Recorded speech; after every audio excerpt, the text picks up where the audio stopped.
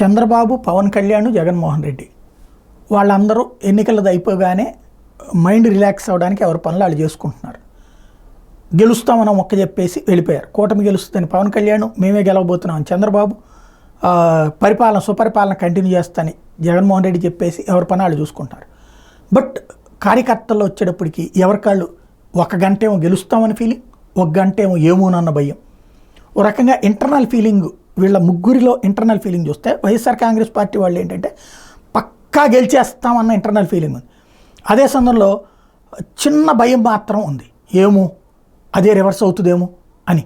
అట్లాగే తెలుగుదేశం పార్టీ వాళ్ళు గెలవడం కష్టమే కానీ ఎక్కడో చిన్న ఆశ, బోర్డర్ లైన్ మెజార్టీతో అయినా బయటపడిపోతాం, మనం 100-110 గ్యారంటీ కొట్టేస్తాం, అసలు స్వీప్ లాగా అనిపిస్తుంది 150 అనేవాళ్ళు కూడా ఉన్నారు.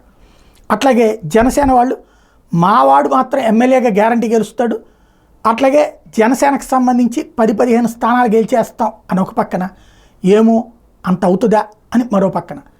పైకి అందరూ గంభీరంగా మాట్లాడుతున్నాం, లోపల ఉన్న ఇంటర్నల్ ఫీలింగ్స్ అయ్యి